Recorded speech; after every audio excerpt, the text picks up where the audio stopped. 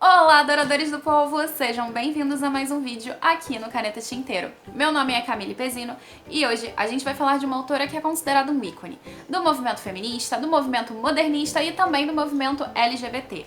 As suas obras são conhecidas pelo fluxo de consciência e o texto de hoje é uma das histórias mais famosas dela, que é Mirror's Dalley, da Virginia Woolf.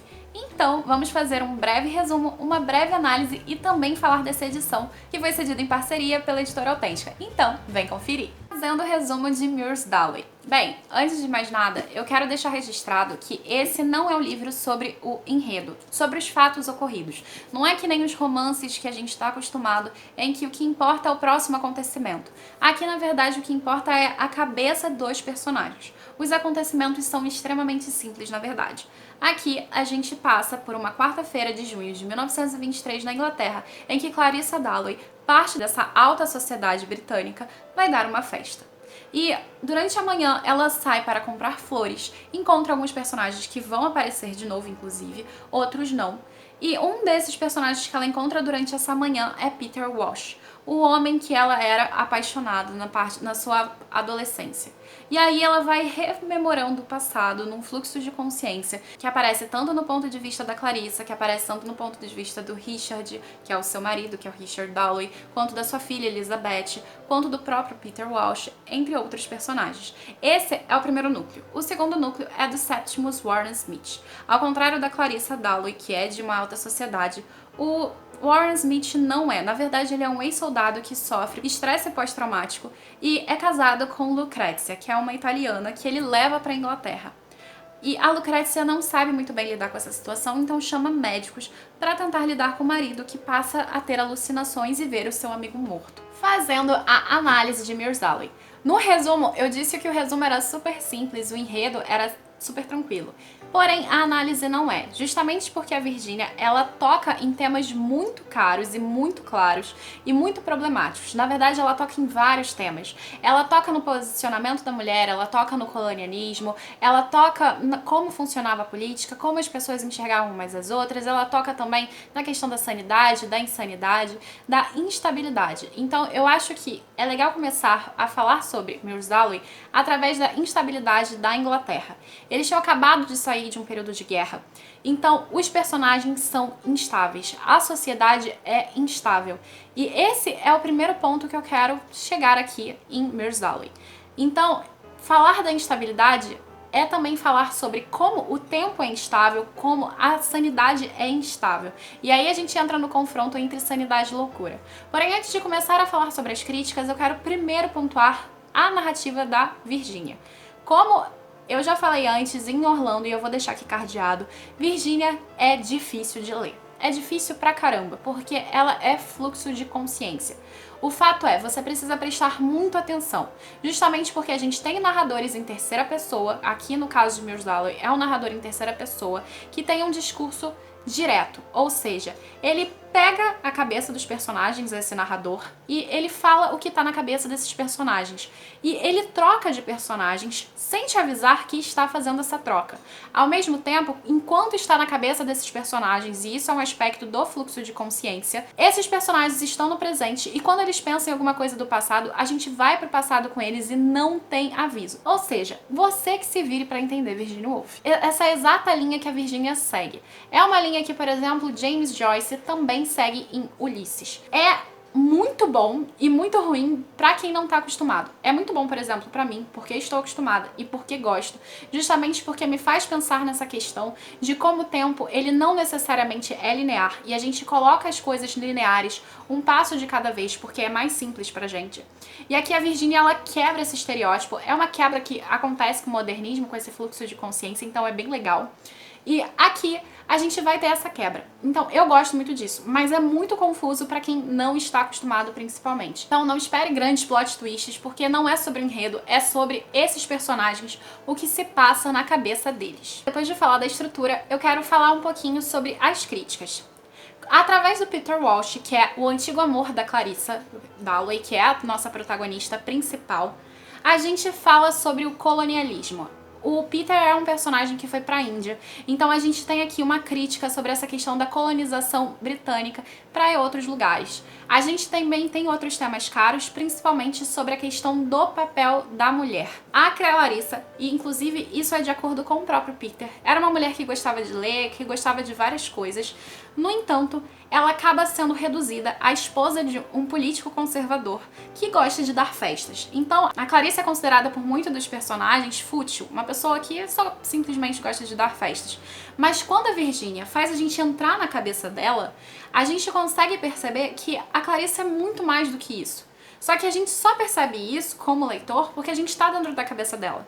E a gente vê esse contraste da posição da mulher. A Clarissa, ela teve uma oportunidade de se casar com Peter, que era o amor da vida dela. Ela teve um beijo com a melhor amiga dela, que é a Sally. Só que nada disso foi o suficiente pra ela, porque a Clarissa vivia numa sociedade machista que ela precisava de conforto e estabilidade. Então, ao invés de preferir uma grande paixão que ela mesma considera que nunca daria certo, por mais que pense nas possibilidades, ela prefere o conforto que o Richard Dalloway proporciona. E isso é interessante porque a Virginia basicamente está falando sobre como era o papel da mulher na sociedade em que ela vivia. O que era mais fácil? Seguir seus amores ou simplesmente tentar sobreviver? E a Virginia tá falando sobre essa questão de sobrevivência do feminino nessa época. Ao mesmo tempo que ela tá mexendo com o movimento feminista, ela também tá mexendo com o movimento LGBT, porque ela tá falando de uma personagem que é bissexual, só que ela deixou tudo isso de lado pra viver a partir dos moldes. Ou seja, Clarissa se torna a mulher bela, recatada e do lar que dá festinha pro marido e pros amiguinhos dele. Então, basicamente, a Virginia, quando ela tá trabalhando a Clarissa, ela tá trabalhando esse enredo de aceitabilidade dessa sociedade. É uma mulher de meia idade. É interessante porque existem alguns diálogos e alguns confrontos aqui sobre a questão do tempo.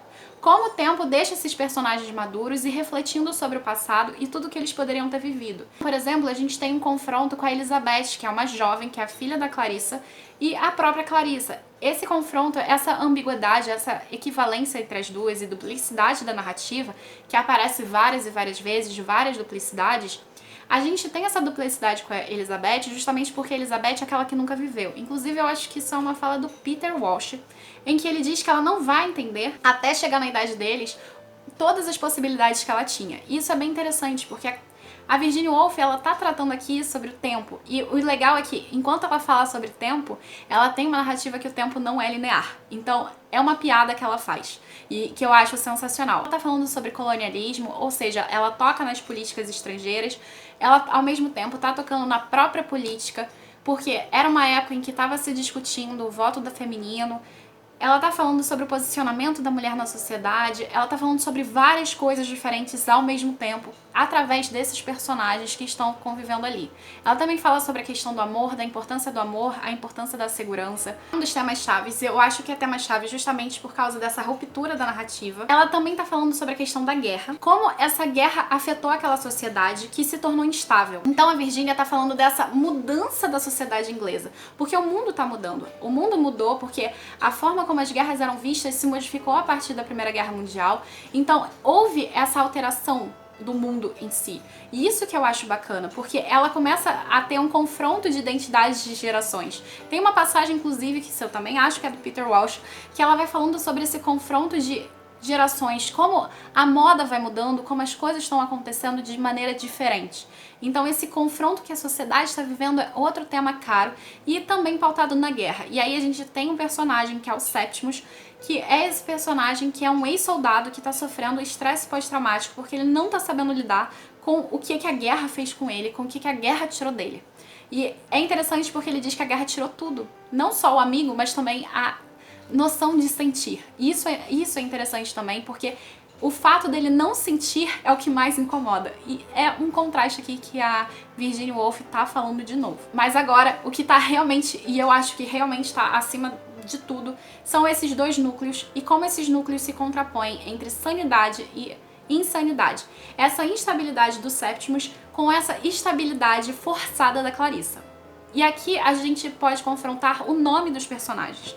Clarissa é aquela que é ilustre, que é brilhante, que é da mesma raiz de claro, de claridade. A Clarissa é aquela que está no claro, é aquela que está dando a festa, é aquela que está ali sobrevivendo na luz, enquanto Septimus é o oposto. Só que o interessante é que Septimus vem do número que é o 7. O 7, de acordo com o dicionário de símbolos do Chevalier, é o número da consciência, é o número do equilíbrio, é o número do perfeito. Então, o 7 é dos 7 dias da semana da Bíblia, é os 7 pecados capitais, é as 7 cores do arco-íris. Então, o 7 está representando esse equilíbrio. Por quê? O equilíbrio da Clarissa é o Sétimos. E, ao mesmo tempo, o Sétimos representa o lado da Clarissa que é completamente insano. Enquanto a Clarissa está tentando viver na estabilidade, ao mesmo tempo que ela olha para uma mulher na janela e vê a solidão dessa mulher. Interessante também que o Sétimos, ele vai representar esse movimento cíclico e, ao mesmo tempo, esse movimento fechado. E aí a gente tem um contraste entre esses dois núcleos aqui. O núcleo do Sétimos é um núcleo fechado, justamente pelo acontecimento final da narrativa dele, e o da Clarissa é aberto. Então a gente já tem esse confronto entre esses dois personagens de como começa e como termina a relação que eles se constroem durante a narrativa e a própria vida deles durante a narrativa. Então é bem interessante ver como esse contraste entre o feminino e o masculino, a sanidade e a loucura, vão se encontrando na obra da Virginia. Então, o núcleo do Sétimos é muito interessante também por falar sobre saúde mental. Como os médicos da época da Virginia lidavam com essa questão da psique, da saúde mental mesmo, e como ela criticava e abominava o que os médicos faziam. E é interessante ver que todos os personagens ficam desconfortáveis perto desses médicos. O como eles agem, então é bem interessante ver como ela criticava esse aspecto também da sociedade. Então, eu acho o seguinte, que Mirror's Valley é um livro que trabalha tanta coisa que fica difícil abarcar num espaço só. Dos temas mais caros, trabalhar a bissexualidade, a gente vai trabalhar a posição da mulher, a gente vai trabalhar a questão do tempo, a questão da sanidade, a questão da loucura, a questão da guerra, da instabilidade da época, da mudança dos ciclos, da mudança de gerações, da política, como as pessoas viam os políticos. Por exemplo, aparece o primeiro-ministro e o primeiro-ministro tem uma passagem incrível que diz que não importa quem é o primeiro-ministro em si como pessoa, o que importa é a posição social dele. Então vai falar sobre a questão da posição social, os costumes da sociedade, as mudanças desses costumes, a relação da juventude com a velhice, a relação da meia-idade, a construção da solidão.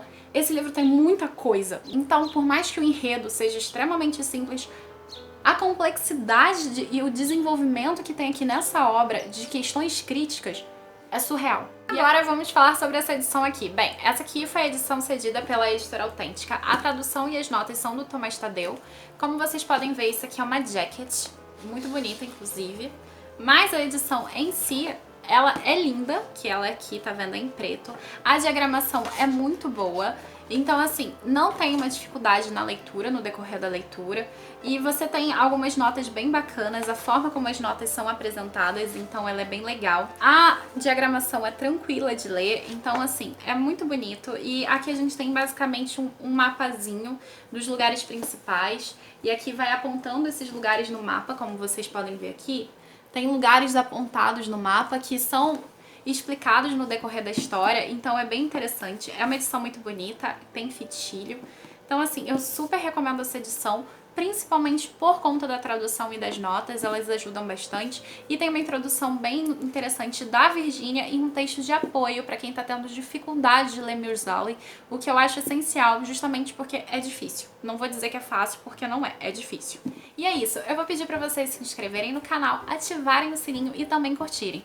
E se vocês puderem comprar pelo nosso link da Amazon, vai estar aqui embaixo, porque vocês não vão pagar mais nada, mas ainda vão ajudar a gente a crescer. E é isso, gente. Muito obrigada e até a próxima. Tchau, tchau!